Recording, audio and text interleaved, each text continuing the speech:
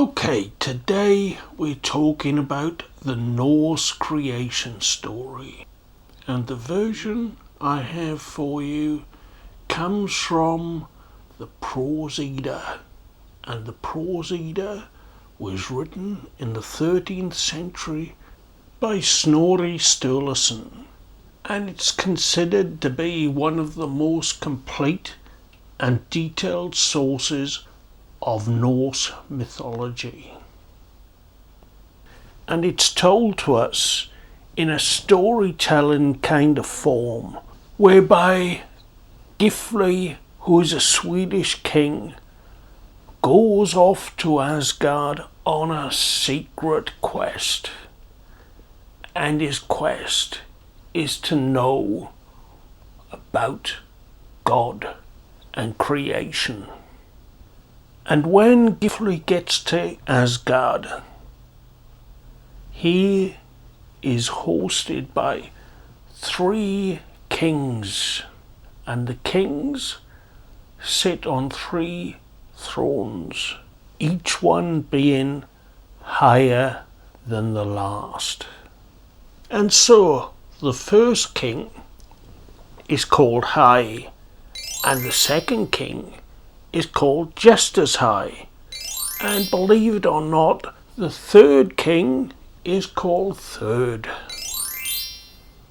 Now the whole story is given to us as a dialogue between Gifli and the 3 kings. And Gifli asks a series of questions of these 3 kings regarding creation. And so we are told that at first nothing exists except the Ginnungagap. And the Ginnungagap is the primeval void. Then we are told that the first world came into existence, and that first world was called Muspell. And Muspell was bright and hot. Next came the world Niflheim, and Niflheim was cold and dark. But within Niflheim lay a hot springs, and from those hot springs 11 rivers flowed.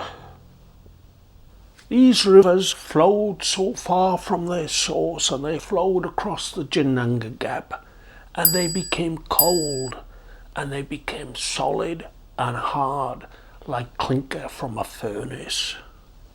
And then they turned to ice, with one ice layer on top of another ice layer.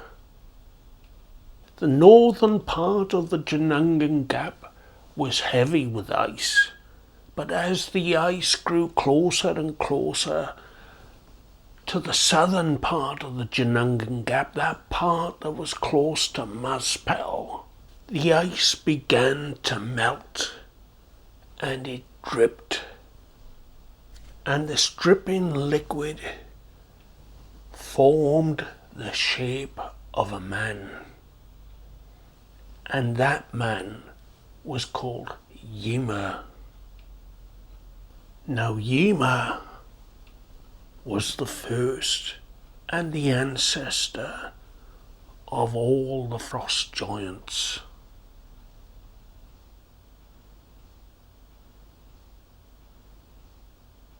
Now Gifli wants to know if Ymir was the first then of the gods.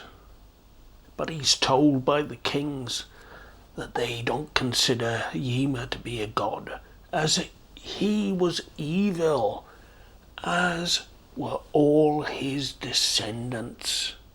So then Gifli is told how Ymir became the ancestor of all the frost giants, or the Jotnar. And it said that Ymir, when he slept, he sweat, and when he sweat, from his right and left arms, he produced a male and a female, and from his legs they got together and created a son. And so from these first 3 frost giants came all the following generations of what they call the Jotnar. Then we're told that the drips from the frozen rivers created a sacred cow, and that cow was called Eumbla. And we are told that Ymir fed from Eumbla. But Eumbla, all she had to feed on were the sheets of ice and the icy stones which she licked, and was nourished by the salt from the stones. But on the first day Eumbla licked the ice stones, that evening a hair of a man appeared within the stone. The second day she licked the stone, and the ice melted and uncovered the head of a man. And on the third day the man was fully uncovered from the ice, and this man was named Buri. And Buri himself had a son, and his son married one of the Jotnar. And the 2 had 3 sons, Odin, Vili, and Vi. Now Odin, Vili, and Vi, they wanted to create a world, but they had no raw materials to do so. So they decided they would kill Ymir and they would build their world from his body. Now when they killed Ymir, so much blood flowed from his body that all the Jotnar were drowned, all except 2, who then went on to create the second race of frost giants.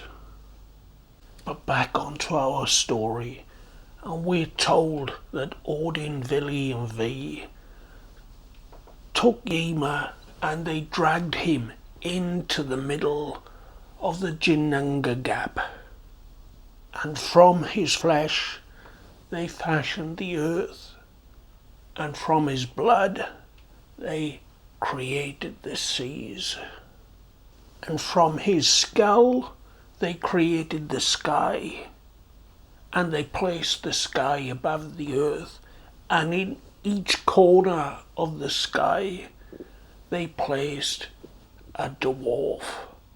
So 4 dwarves to hold up the sky.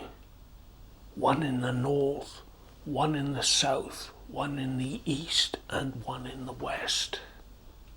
Then they took all the molten particles and sparks that flew out of Muspell, and they created the stars, and they appointed them positions and ordained their course. Now the 3 brothers, Odin, Vili, and Ve, structured the earth such that the coast and the shores they give to the Jotnar. And inland they built a great wall fashioned from Ymir's eyelashes. And they named this region Midgard. And Midgard translates to Middle Earth.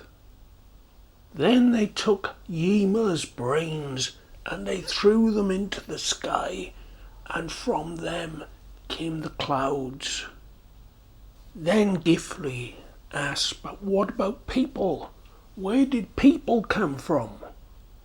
And we're told that one day when Odin, Vili and they were out walking in the forests, they came across 2 fallen trees. And they raised these trees, and from them they created a man and a woman. And the first of the brothers give them breath and life. The second give them intelligence and movement. And the third brother give them form, speech, hearing and sight. And they give them clothing and names. And the man they named Ash, and the woman they named Elm. And from these 2 came all of mankind, and they give them a home behind the walls of Midgard. And so, this is then the story of the creation of man and his universe through the telling of Norse mythology. So some points to take away from this story.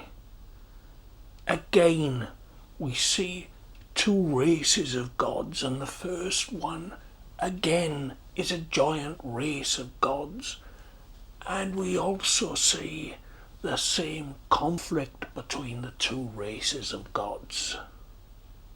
Then we see the creation of the cosmos by the mutilation of the leader of the first race of deities.